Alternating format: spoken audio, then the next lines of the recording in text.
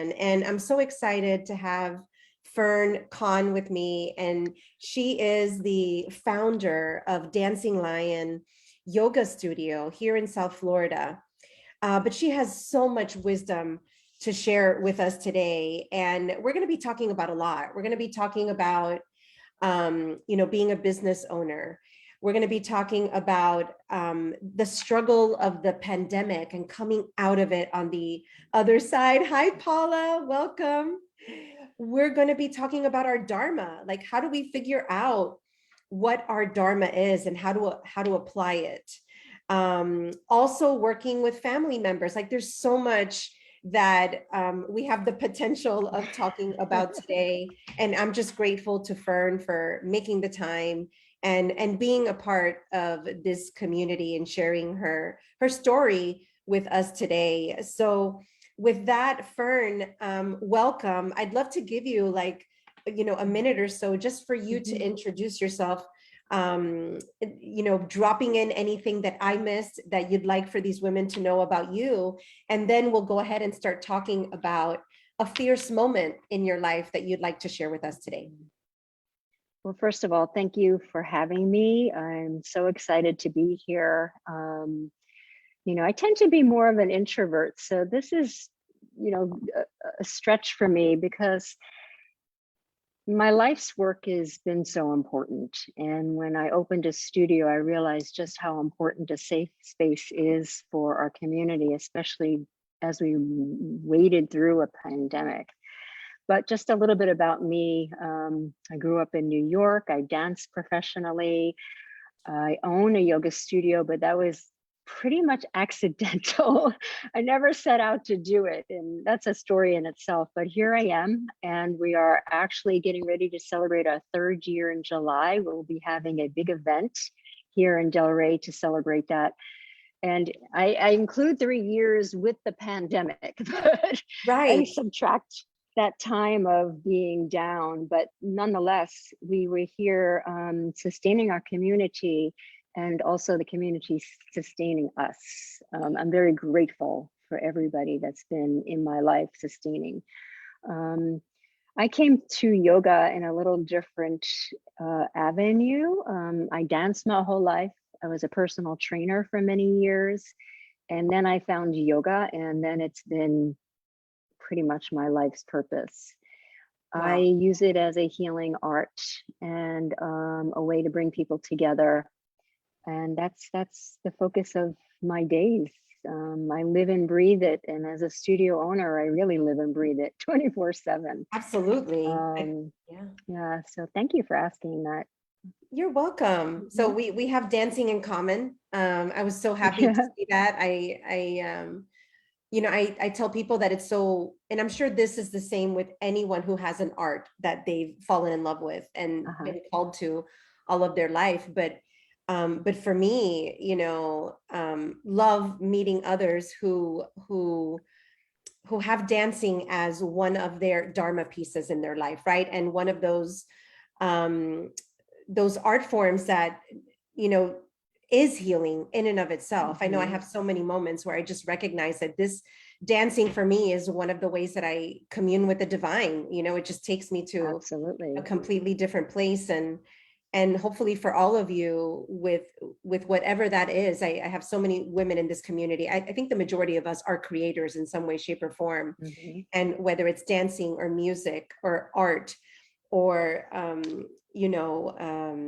design, there's so many artistic avenues that become a source of healing and of inspiration, connecting us to source, but also a form of healing that, we don't always get to choose it as our career, but definitely recommend that we keep it in our lives in some way, shape, or form, So it's so wonderful to hear that transition happened for you from dancing into yoga.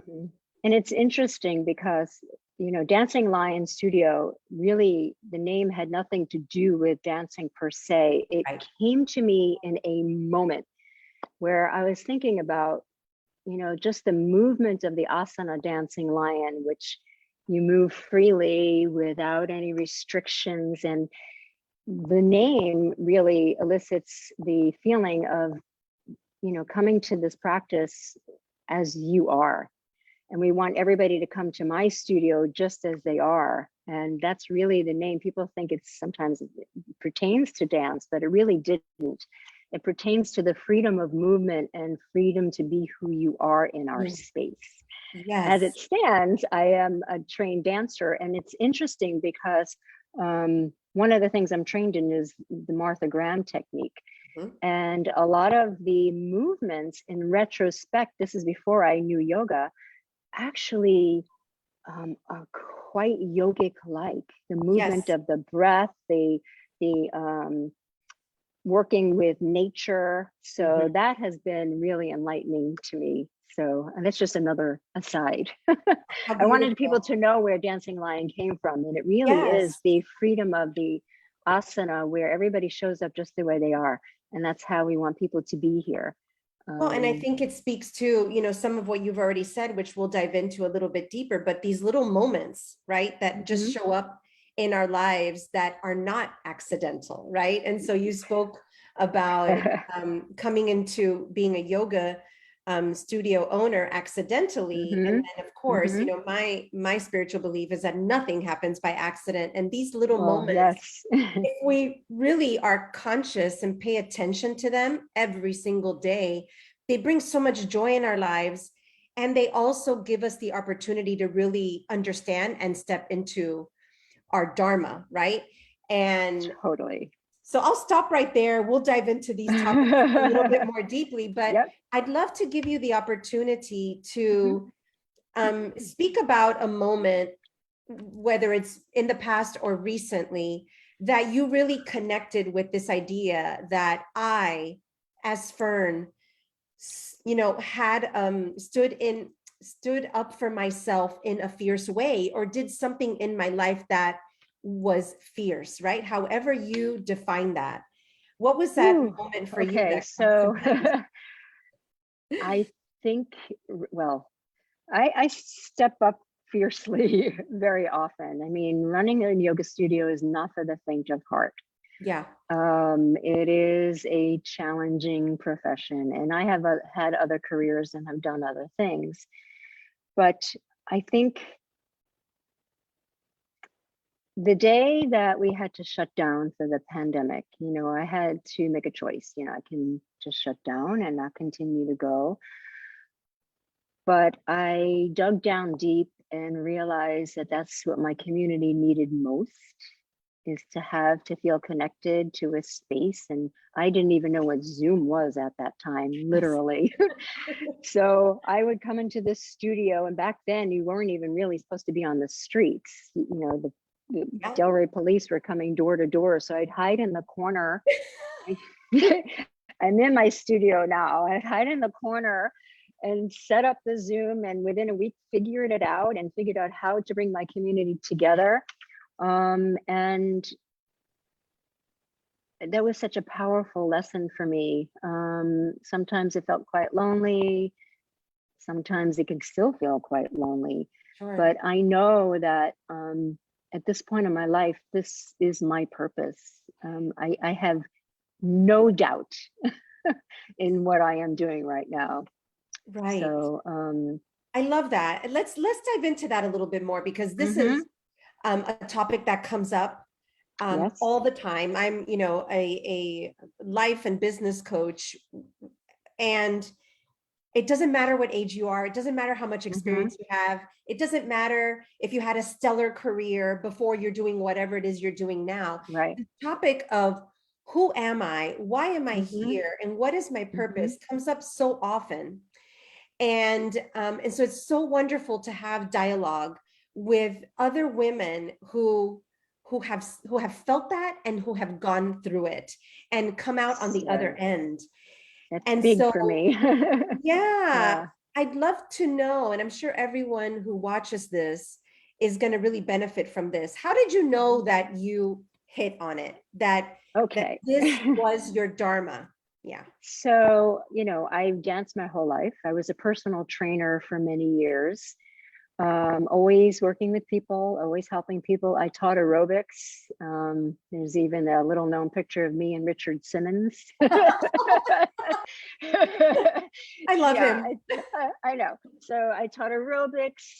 I taught kickboxing. I've taught step aerobics. I mean, I've been in the health and wellness field my whole life, but back in the day when I grew up, so I'm a little older than some people, it wasn't really a career path.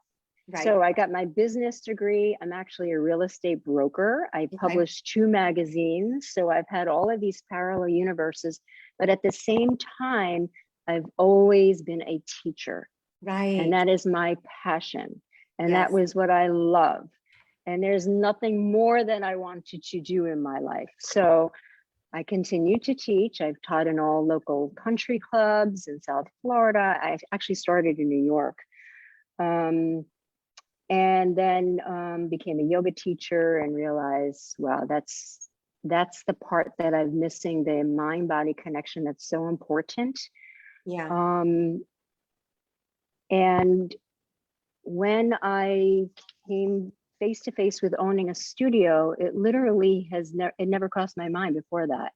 People can't understand that. It was actually put in front of me. And originally I was sharing this space and that person backed out. Okay. And I had to sit for 30 seconds and realize that this is where my Dharma is. Like the universe pushed me to this point, literally. Yes. And realize there's nothing more than holding space for people and teaching and opening up the avenues of dialogue of what yoga really is. Right. And having a safe space for everybody and having a place of community connection. And I do hold teacher trainings here now. That's beautiful. And the underlying theme is that I finally had to believe in my Dharma. There you go. So what happens in your life is, well, that's not a career, or, these are things that are dialogues that have been told to me, well, that's not a career, teaching yoga, that's not a career. And, it's more of a career now than when I first started over 35 years ago. I've been in this business, it's over 35 years now. Yeah. Long time. But I finally reached a point in my life where I said, I can't do anything but this. Okay. Like, I can't do anything but this. Like my soul and I cannot do it really reaches a point where you just can't do anything but this. Sure. And I'm sorry, continue. Yeah. Go ahead. I wake up every day and I check in. Yeah. I literally check in with myself. Does this bring me joy? Is this my purpose? Because at any point, I don't identify as a studio owner. Right. A lot of people have that. Like I could shut down if I needed to. I'm not intending to, but I check in with myself. Am I serving a greater good? And do I bring joy to myself? Right. That's really what I have to think about. Yeah. Because if I can bring joy to myself, if I'm living my Dharma, which I am finally, totally 100%, then I can really serve others in that way. Yeah. And hold space for people.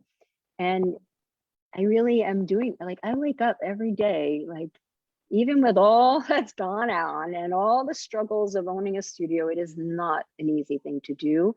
No. I wake up just filled with intention and joy, and and until that goes, I'm going to keep doing this. You're going to keep doing this is my Dharma. I am just meant to do this. I'm meant to teach. I'm meant to do this.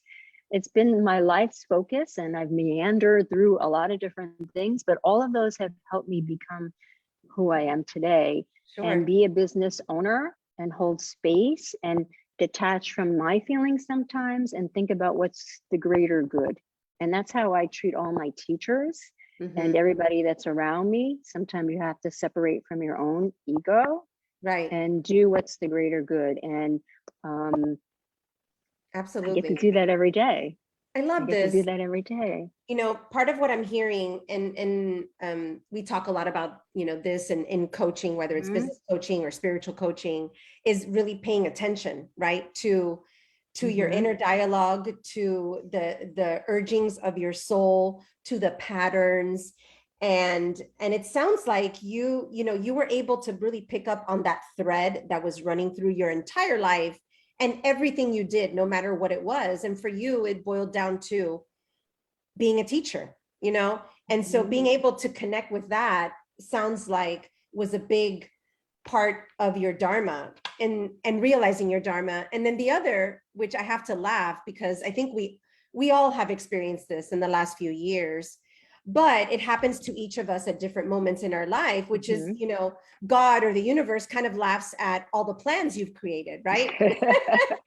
Because of, Totally. right, the way we were raised. Oh, mom and dad wants me to be a real estate broker, or I'm supposed to be Exactly. an attorney, or I'm Mhm. supposed to be, you know, whatever, a doctor. And yet there's this voice inside that I have to keep pushing down, and I Mhm. refuse to listen to, that is core to who I am and core to my Dharma. Yes. And so sometimes the universe will kind of just like throw it in front of you. And at that moment, it's like, are you gonna pay attention to all of the perfectly designed plans that you have created?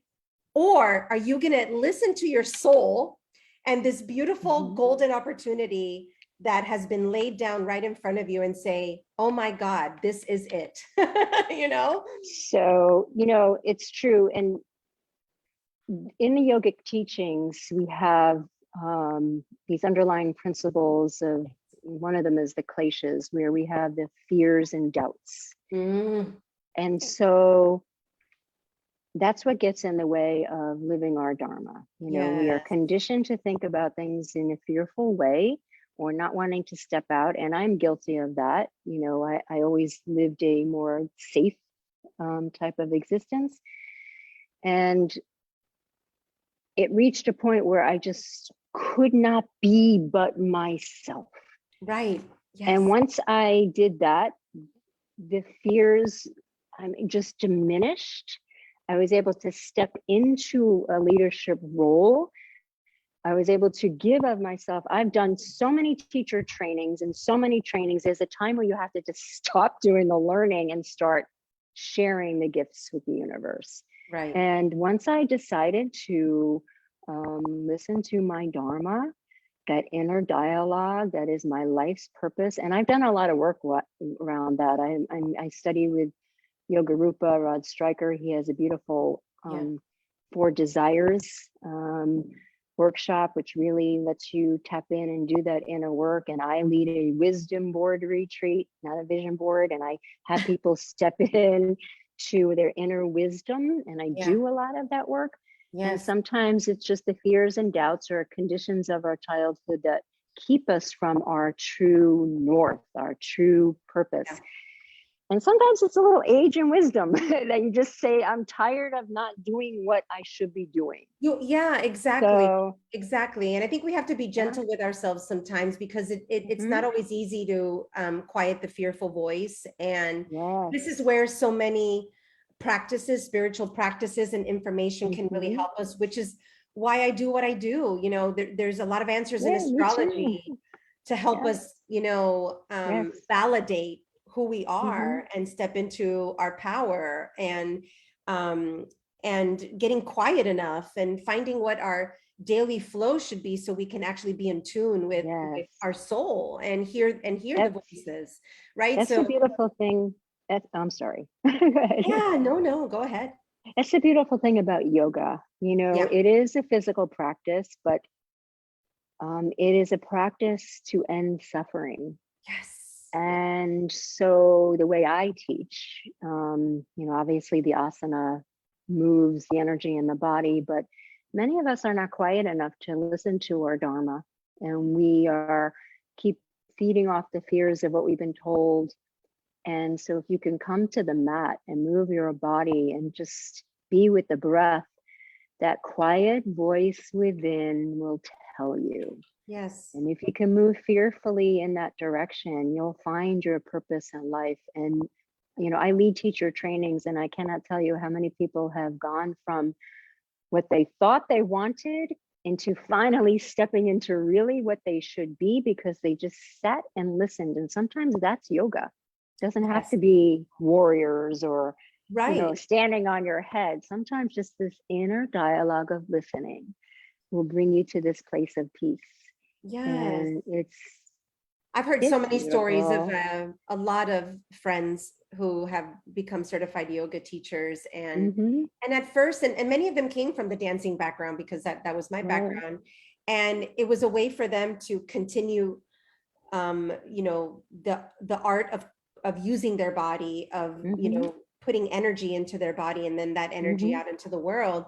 But what ended up happening was a very spiritual transformation for them. So sometimes it starts with the mind or starts with the body, but when it can end with that, being able to recognize it as a truly spiritual practice that can change Yes. life, it's really amazing. I always say when I teach, yoga particularly is, there's something there that you feel, and you may not have been a spiritual person before. I wasn't really raised that way. I've become so because of my yoga. Like, I feel it.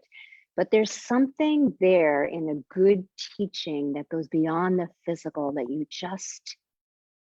it's hard to explain. It's like a certain flavor in a recipe, but Yeah, when you are practicing it, you get it. you get it. You get Yeah. it.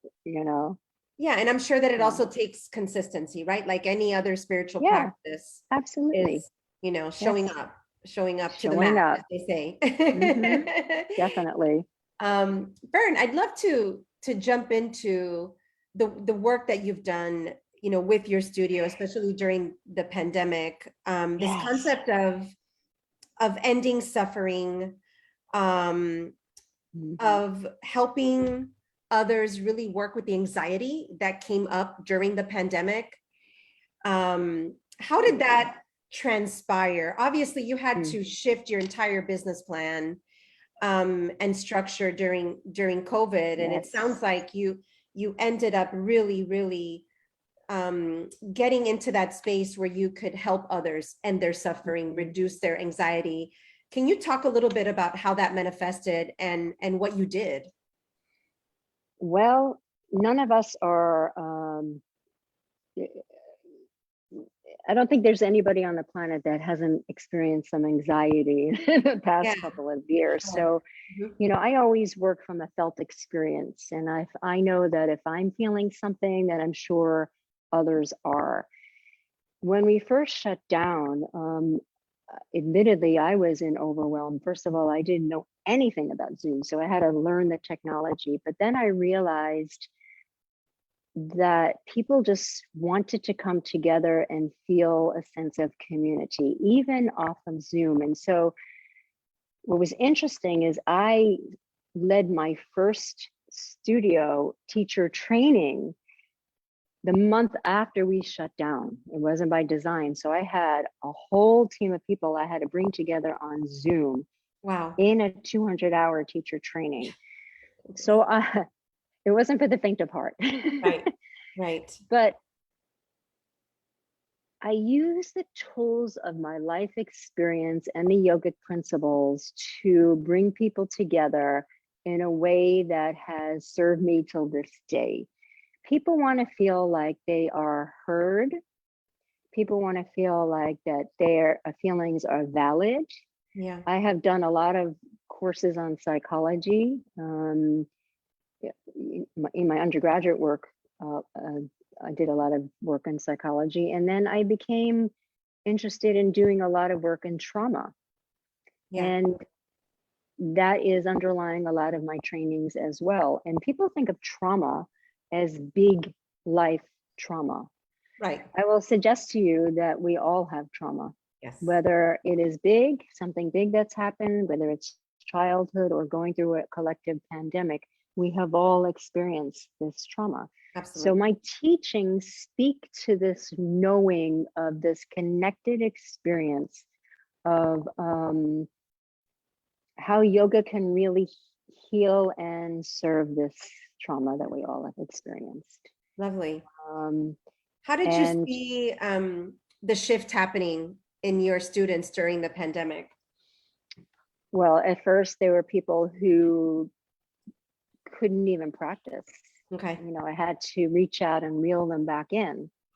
They were either afraid of the technology or were so depleted by this fear of the unknown. Because in the beginning, of course, we had a different sensibility about it. We didn't really know what COVID can do.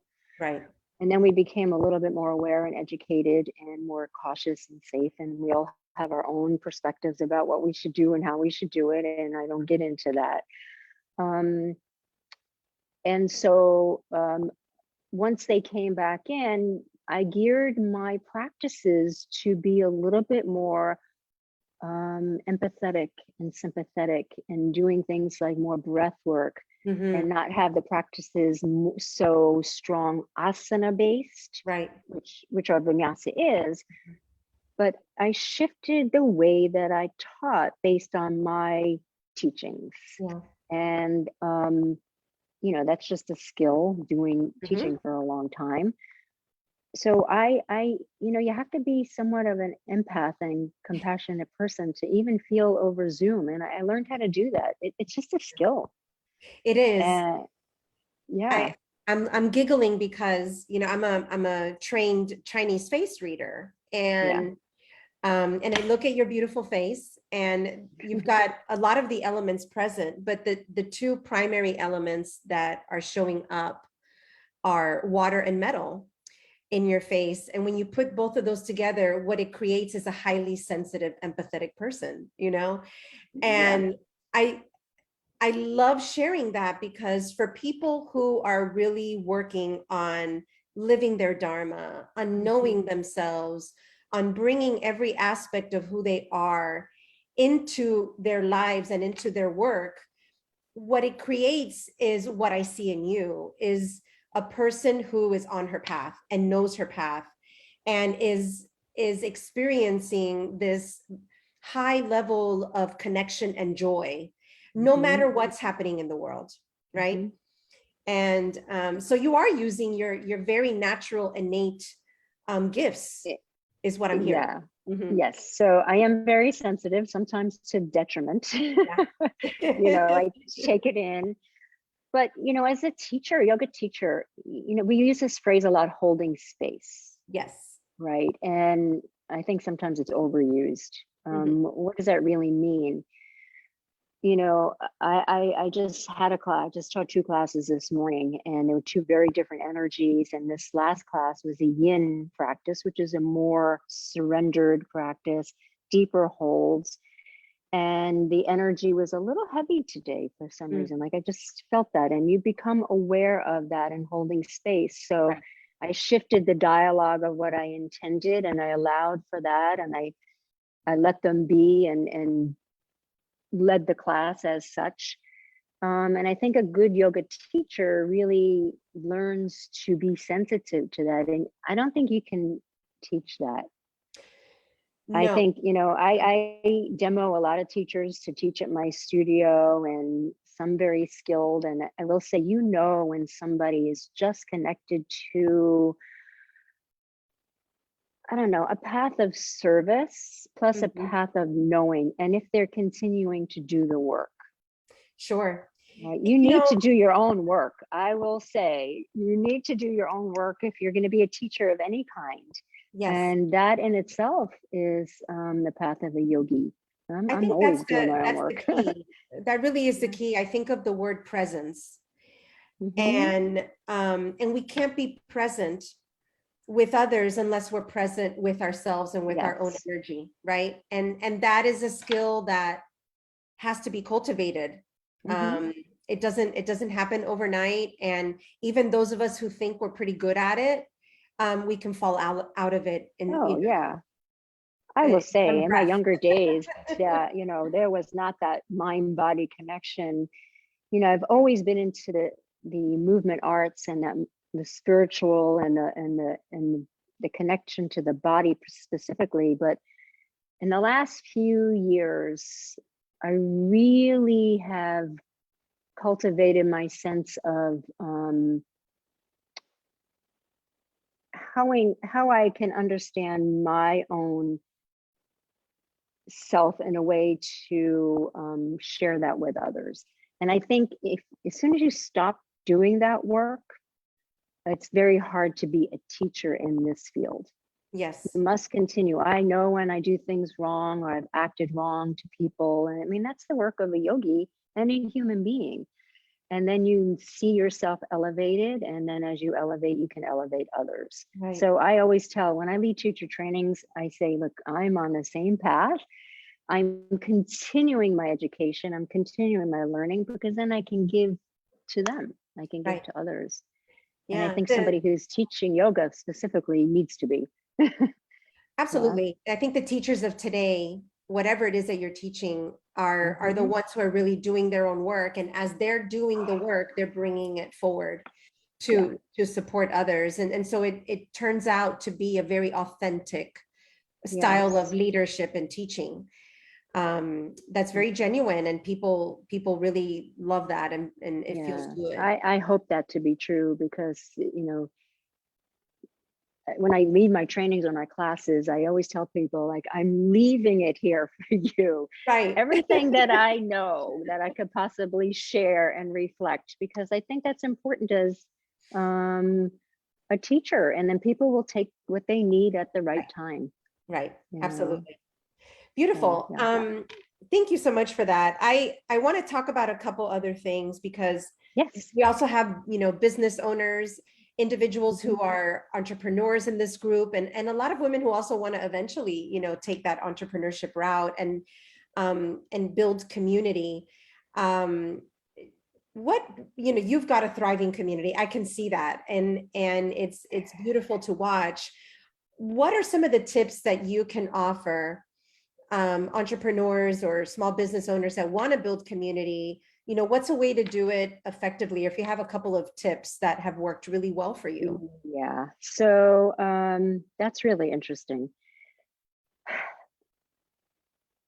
I think the main thing is to be true to yourself. Mm.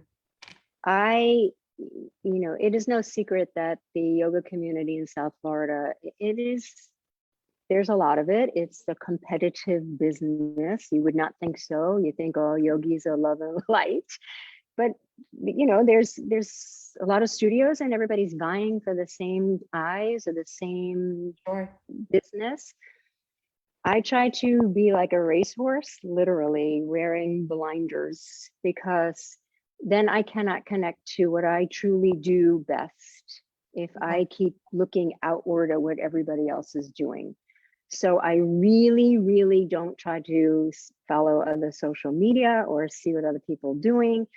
I try to connect to what is the most important thing that I can offer with my team in my studio to my community. Mm. And I check in every day with that. It is not easy to do. It's, you know, having a yoga studio is not for the faint of heart. It is not a $1 billion plan for success. You know, it's a multi-billion-dollar business, except for the studios and the teachers. Right. Unfortunately. Yes. So I listen, and I've learned this the hard way. I listen to my heart every single day to what kind of things I want to offer, how I write my teacher trainings. They're a little unique. To the types of classes that I offer here, to the events that I offer here.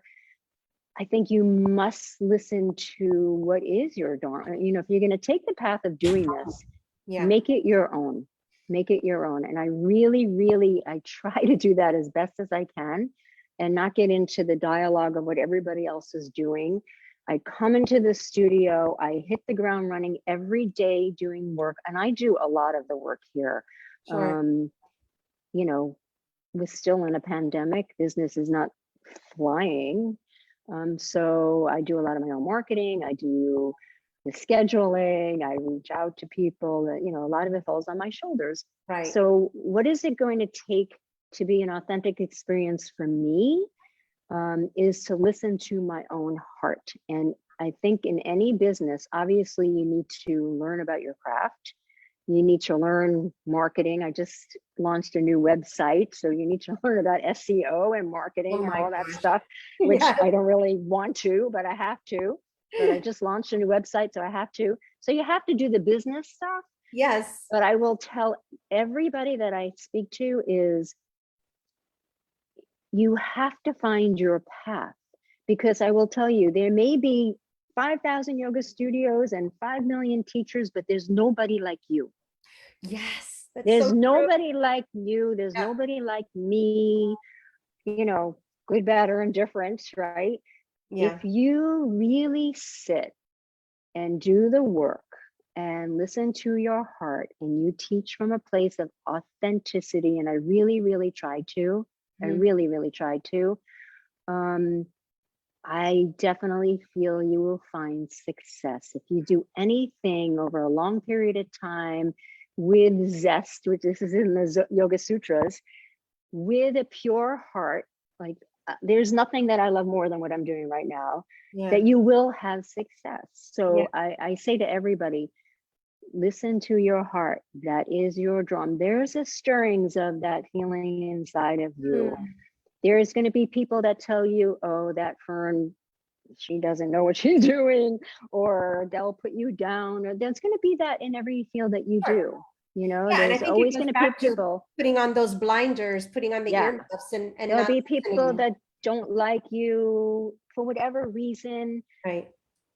That's life, right? Yeah. But if you wake up and you say, this is what my purpose is, and I have joy in doing this, and I'm going to just have this plan of action, and I'm not going to let all the noise come into my world, you will have that space. And I have a beautiful community here who has supported me endlessly. I'm so grateful. I wake up every day grateful. I've never known gratitude until I've more than opening this studio. Oh, Um, yeah. and you know, one student a day, somebody new comes in the door. We've had 2 new people come in today. Wonderful. Everybody is valuable. Yes. Everybody is worth your while. Yeah. Everybody is meaningful to your business. And I think sometimes we forget, we get caught up in the numbers, we get caught up with other people, what other people are doing. Some days are slow, and then some days are not. You Yeah. have to detach from you know, your feelings of fear and unworthiness, which will always come, and just, if Absolutely. you're living your purpose, I promise you, you can't but succeed. And so that's how I live my day every day. It took me a long time in my life to do that. You Yeah. know, it Well, didn't I love happen. it. I love that what you're sharing is very emotional and raw, and it's not about, So hey, I'm spending X amount of dollars on ads to get new community members. No, it's about, knowing yeah, yourself, you know what? your heart, adding That is there. You value. know, I don't have a big budget, Right. and I do when I can, I do, and I do social media all the time, and even that I do myself because I feel like it's authentic and I can connect with people. But yes, you need to have money to run a business, but then you need to have the heart, Yeah. you know, because people will know.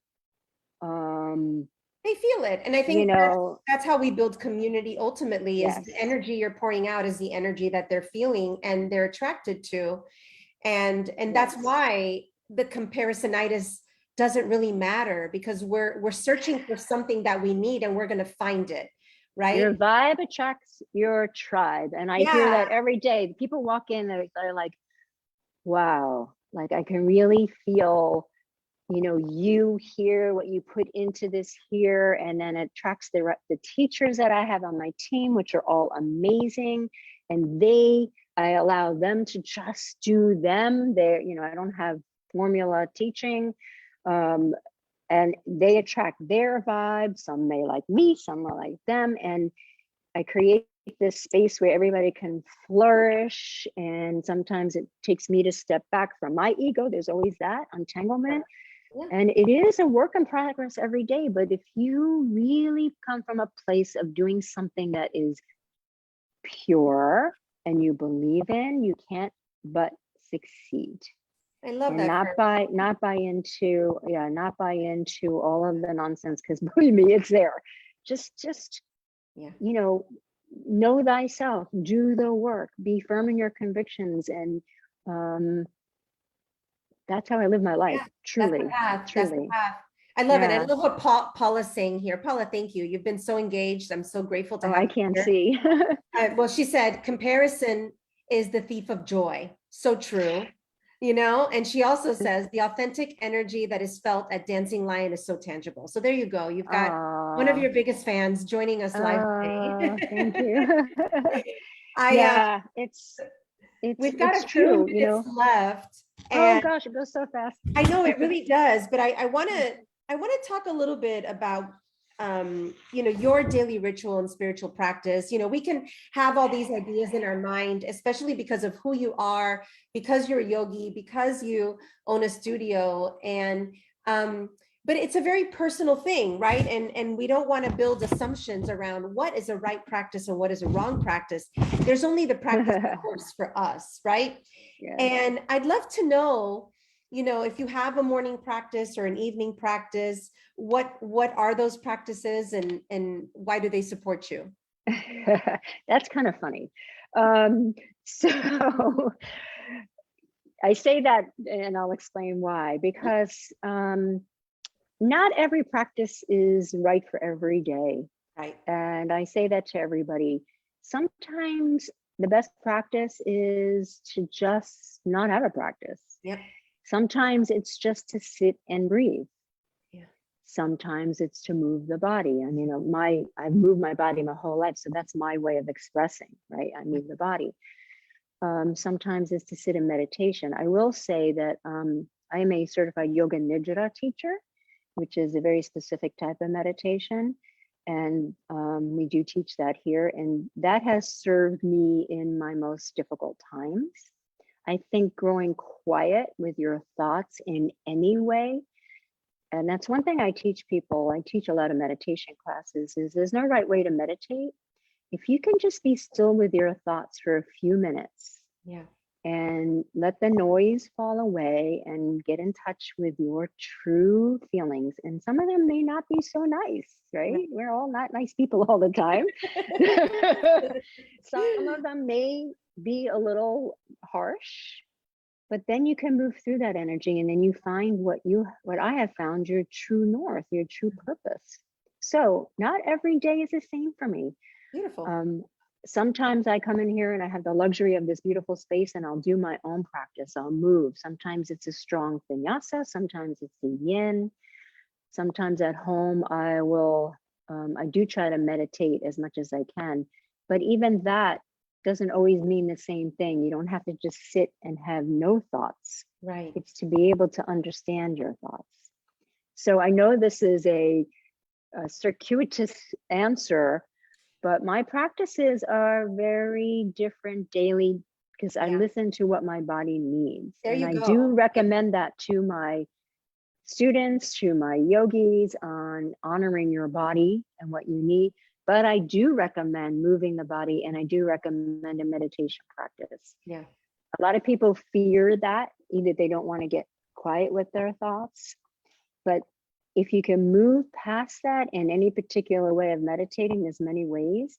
I think once you know thyself, it leads you to your happier life, to your true north, through your Dharma, to your Dharma. Yes.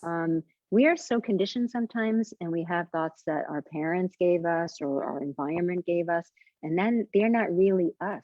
Mm-mm. And we are afraid to let go of that. We are, and we don't know what the true voice is unless we get quiet and Mhm. ask the questions and wait So, for the answers. yeah, so the spiritual path, sometimes people think of spiritual as more woo, and you and I love the woo. Doesn't necessarily have to be religious or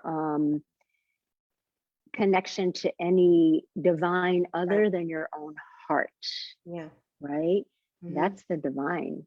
That's the divine. What is your heart saying? What does your heart need? And if you can find that, a little bit of that every day, you know, Yeah, the spark of the divine in each of us. you're living large, because so many people are suffering.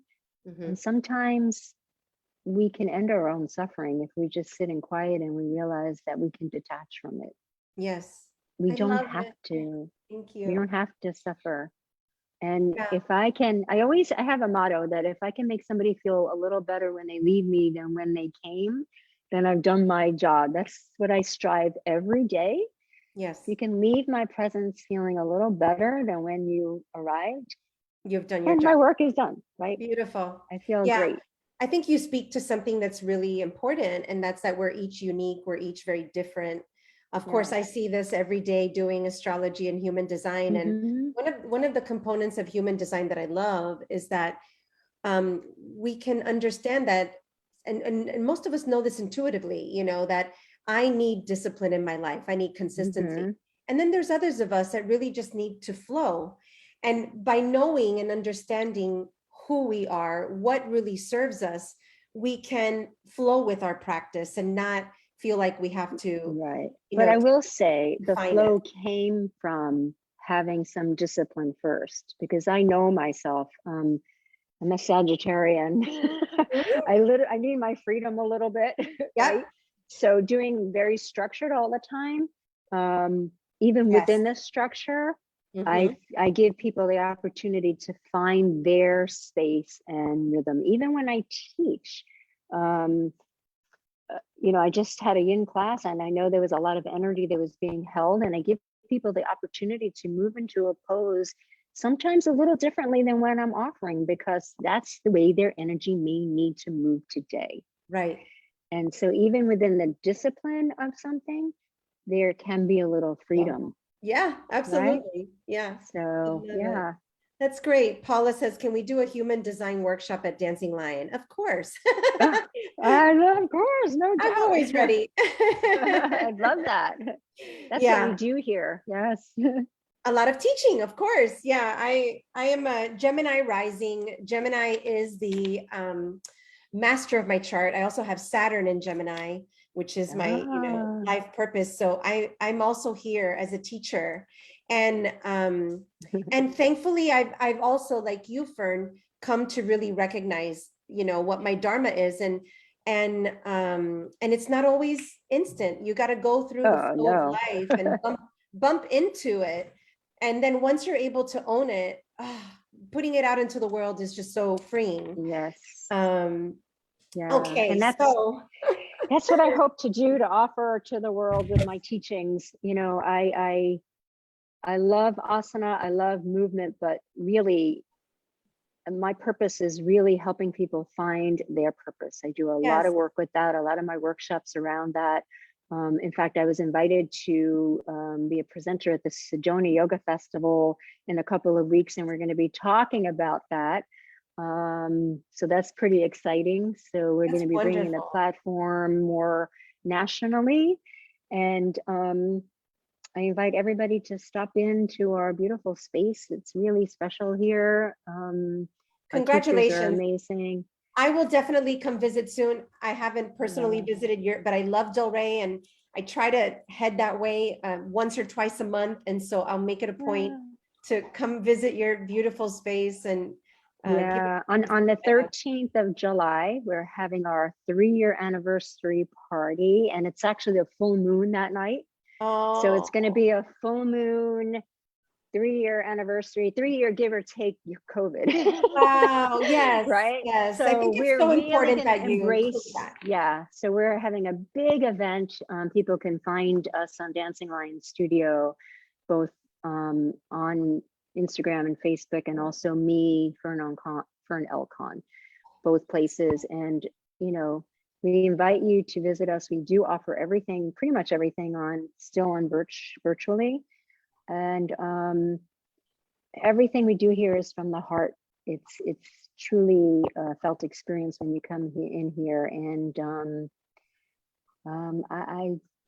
I'm just living the You, dream. Fern. I Just totally feel that. I felt that today. yeah, I think everyone's going to feel that, how heart-centered yeah, you are as a leader, as a community leader, and grateful for you today. I'm grateful for you. Thanks. So everybody stay in touch with Fern. You know where to find her. And Yes. gosh, there was something I wanted to say in closing, and I think I lost it. But oh gosh, I wish I could remember what it was. Either way, Oh gosh, it'll come. thank you, thank you. I It will just wanted come. to thank you for this opportunity. I love to do these things just to really hope to uplift and inspire. And even if you've never practiced yoga, you know, we kind of specialize in that kind of student, because sometimes people perceive it as something it isn't. And it really, if you want to just get in touch with yourself and feel supported and held and move the body a little bit, you know, try a class somewhere. I couldn't agree more. And Yeah. thank you, Fern. Thank you for being Thank here. you. We'll stay in Oh, touch. great. Thank you for your Yes. fierceness. Thank you for your flow. Oh, yes. And And thank have you a everybody for listening and watching, and hope to meet all of you soon. And I appreciate it, the time. Thank you. okay, everybody. Thank you so much.